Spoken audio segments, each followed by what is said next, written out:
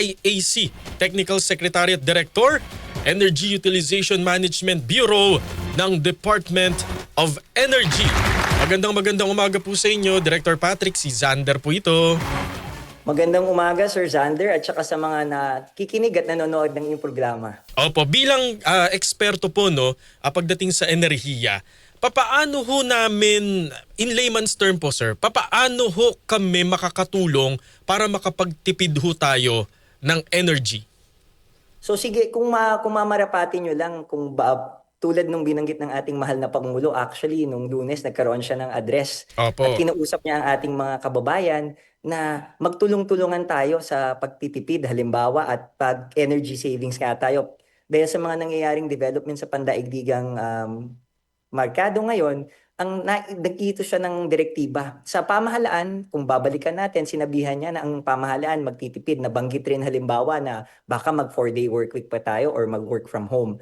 So sa ating mga kababayan, ang ating mahal na ka-DMC, Kalihim Sharon Garin, naglabas rin ng paalala bilang pagtalima doon sa ging direktiba ng ating presidente. So ang una nating inilabas, halimbawa pagdating sa sasakyan, yung tinatawag nating fuel efficiency. Nagbalangkas kami ng mga paalala. Alam na dapat ito ng ating mga kababayan. Correct, Pero opo. inulit lang natin. Halimbawa, pagsasakay tayo ng sasakyan, siguraduhin natin na hindi ito punong-puno ng gamit. Kung hindi naman nating dadalhin, halimbawa, yung mga gamit doon sa pupuntahan natin, tanggalin natin. Kasi pag mabigat yung sasakyan, 2 to 3% yun na dagdag konsumo. Pangalawa, pag inikutan natin yung ating mga gulong, kapag hindi tama yung tire pressure, dun sa manufacturer's recommendation, another 2 to 3% na naman yon, Sir Zander, at sa mga nakikinig. Opo. Pangalawa, kapag binaba natin yung temperature, halimbawa ng ating aircon sa sasakyan, tumatakbo yung compressor nang masirap siya. Pag masirap yung compressor, again, another 2 to 3% yun.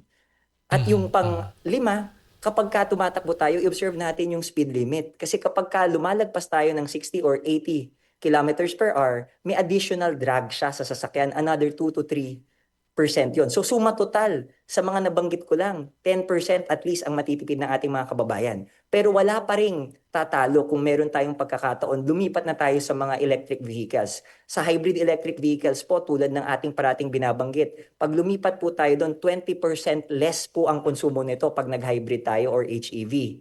Plug-in hybrid rin. Kapag nag-battery electric vehicles po tayo, imbis na 20% lang ang reduction, 20% na lang ang gastos natin.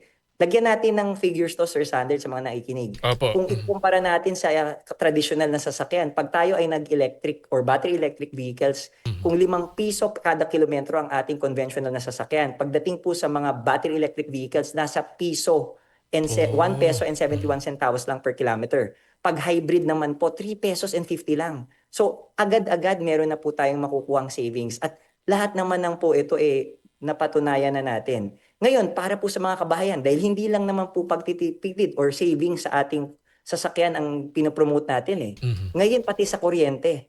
Sa kuryente, ang parati nating paalala, Sir Sander, and I think nabanggit ko na sa ito nung previous Opo. interview natin. Yung sa air conditioner, halimbawa.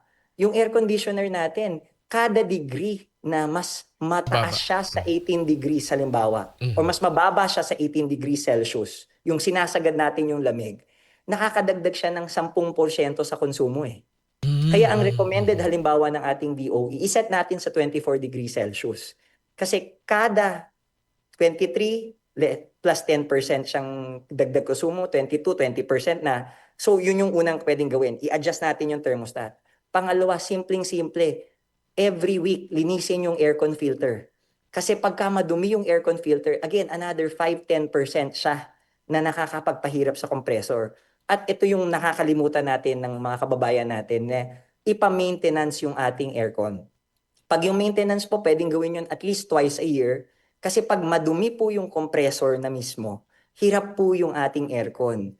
Pag yun, ginawa po natin yun at least twice a year, another 10% savings. So, doon lang po, Sir Sander, doon sa tatlong bagay kung binanggit sa aircon, ang laking matitipid na ng ating mga kababayan.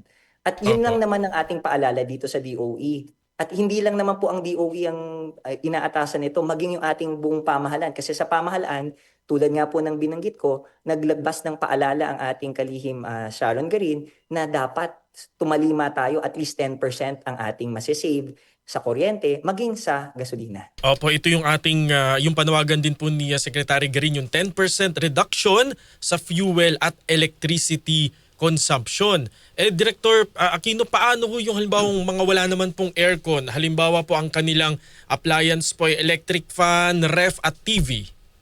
Oo. Doon naman pagdating sa electric fan, ang mga paalala ng ating DOE dyan. Yung electric fan, meron niyang LEC. Kung kayo ay may blade siya, Opo. linisin po natin pati yung likod nito. Siyempre, nakabunot para hindi naman tayo maaksidente. Kuryente. Pag madumi po yung ating LEC o madumi po yung ating parang makina rin ng ating electric fan, nakakakonsumo po ito eh.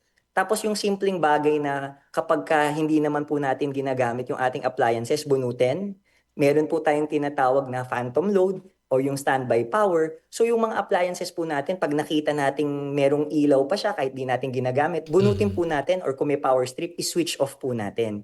Maliliit po itong mga bagay, Sir Sander, pero ang laki po nito pag pinagsama-sama natin. At syempre, kung tayo po ay magkakaroon ng pagkakataon, kung magpapalit na po tayo ng mga bumbilya, gamitin na po natin yung mga LED or light Correct. emitting diode. At pagdating naman sa ating ref or air conditioners, yung mga nagpapalamig po sa atin, piliin na po natin yung inverter o yung mas mataas po yung tinatawag nating energy efficiency rating. Ito po yung dilaw at A asul na sticker. labels sa sticker na nakikita ng ating mga kababayan. Ang guidance po ng DOE, mas mataas po yung numero or mas madaming star, mas efficient po ito pag inoperate. So kung halimbawa po yung mga kababayan natin na magpapalit na ng ref dahil po halimbawa sira na o luma na, pag nagpunta ho sila sa appliance center, tatanungin nila alin ho dito yung matipid sa kuryente. Sir Sander, kahit hindi na nga magtanong yung ating mga kababayan, Ino-offer dahil nila. po meron na po tayong batas pagdating dyan, yung ating pong RA 11285, nandyan na po yung ating tinatawag na mga energy label. Yun nga po yung asul at dilaw na nakikita nyo. So ang gabay na lang natin sa ating mga kababayan, tignan yung mas mataas yung numero or mas madaming star. Yung star po, 1 to 5. Pagka 5 stars, yun po yung mas efficient. Pati sa washing machine po parang ganun na rin ho, no? Tama po. Yung atin pong labeling, in-expand na po natin yan. Ngayon, hindi lang po sa air conditioners, meron po sa TV, maging po yung mga bombilya, clothes washing machine. So lahat na po ng mga produkto, patuloy naman tayo na ikipagtulungan sa ating industriya para ma-inform nga yung ating mga kababayan na pag mas mataas yung numero, mas makakatipid sila pag inoperate siya. Opo. Director Patrick, totoo ho ba yung sa mga influencer ko nakikita na mas tipid daw ho sa kuryente, sa energy, kapag ka yung aircon mo ay dire-diretsyong nakabukas, kesa dun sa parang paputol-putol? Okay. Ang guidance natin dyan, syempre kapag naka-inverter na po tayo, tapos hindi nyo naman po sinasagad yung thermostat, nasa 24 degrees kayo halimbawa, wala na pong diferensyang patakbuhin yon. In fact, yun po ang nakikita natin sa ating mga kababayan dahil nga po ang inverter na air conditioner or ref, ang konsumo niya po more than half less kapag ka-conventional Kaya ang nagiging experience po natin kung kayo po ay halimbawa bumili, kung dati hindi kayo naka-inverter na aircon or ref, well, more of aircon kasi yun yung pinapatay sindi natin, Opo. mapapansin nyo, tumatakbo ng mas matagal yung inyong air conditioner, inverter kayo, pero hindi tumataas ang bill nyo. Or ini-expect nyo bababa yung bill nyo, pero pag binalikan nyo yung pagpagamit nyo ng inyong air conditioner, mas mahaba kasi nga hindi nyo napansin dahil nga mas efficient siya. Ngayon, para naman dun sa lumalabas nga na kailangan ko bang patayin yung aircon pag lumalabas ako? Ang rule of thumb po natin, pag lalabas po tayo ng less than half an hour, pwedeng hindi nyo na po Patayin. patayin yung aircon. Pero pag more than an hour po kayong lalabas, lalo na kung hindi inverter yung inyong aircon, patayin po natin. Kasi nagpapalamig kayo ng space nang wala rin naman pong gagamit So yung po yung Opo. Ay, teka, naputol tayo. Ang ganda pa man din ng ating... Sir, sorry po, medyo naputol tayo. Yung huli po ninyong binanggit. Sorry po. Opo. Opo, nakita ko rin, my internet is unstable. Opo.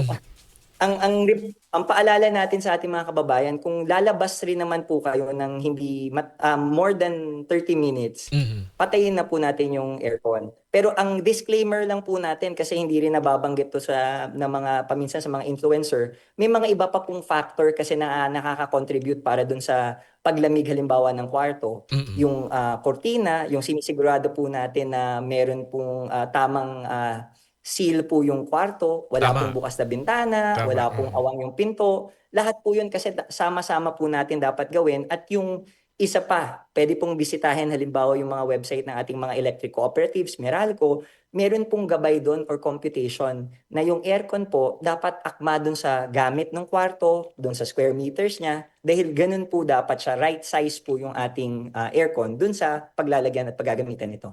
Opo. Nabanggit nyo na rin po yung size nung kwarto dun sa aircon. Meron din ho mga nagpo-post sa social media na mas tipid daw ho kung pagsasabayin mong nakabukas yung electric fan at yung aircon kasi parang yung electric fan makakatulong daw na mas mabilis daw pong lumamig yung kwarto.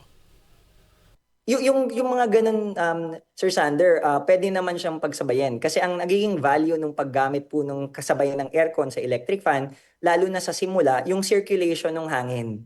So talagang mararamdaman natin siya. Pero kung tutuusin, pwede naman pong hindi rin natin i-on yung ating electric fan. Siguraduhin lang po nga nating tama yung size ng ating aircon relative dun sa ating kwarto at talagang sealed siya, wala pong pagpapasukan ng init dun sa kwarto, ilalamig naman po siya. Yun yung mga paminsan pong nakakalimutan ng ating mga kababayan na meron pong awang yung pinto, awang po yung bintana, or nakabukas na po yung bintana naman, kaya yung araw po yung init, nag-a-absorb po ng init yung ating room. Parang sayang lang, no? Tama po. Opo. At siguro po, panghuli na lamang po, Director Aquino, ano ho ang payo ng, although marami na ho kayong nabigay na practical tips, nagpapasalamat po kami. Ano ho yung payo po ng ating pamahalaan sa ating mga kababayan na baka ho nangangamba kasi na ano ba yan, parang tataas yung presyo ng ganito, ganyan, dahil nga po sa gulo sa Middle East. Yung assurance po ba mula po sa ating Department of Energy? I think yung paalala at ang assurance, no less than ang ating Pangulo ang nagsabi. Meron tayong supply, mapakuryente, mapagasolina. Ang kaya nating gawin, yung pagkonsumo natin. Yung sinasabi ng ating DOE at ng ating pamahalaan ng mga paalalang paulit-ulit na naming binabanggit ngayon, hindi lang nakakatulong sa saving sa atin na hindi natin kailangan gastusin. Sa pangkalahatan, kung lahat ng bawat Pilipino ay magpa-practice ka ng mga energy saving tips, mapakuryente o mapagasolina, pag pinagsama-sama na ito, malaking bagay at malaking tulong ito dito sa kinakaharap nating mga development. So, yun ang ating paalala. Mag-practice po tayo ng electricity efficiency or energy efficiency at pati yung fuel efficiency. Hawak po natin ang ikagiginhawa ng ating buhay. Magtulong-tulungan po tayo. Maraming salamat po sa inyo, Director Patrick T. Aquino. Maraming salamat po sa Department of Energy. Thank you, sir. Maraming salamat rin po. Mula po sa Energy Utilization Management Bureau ng Department of Energy, si Director Patrick T. Aquino.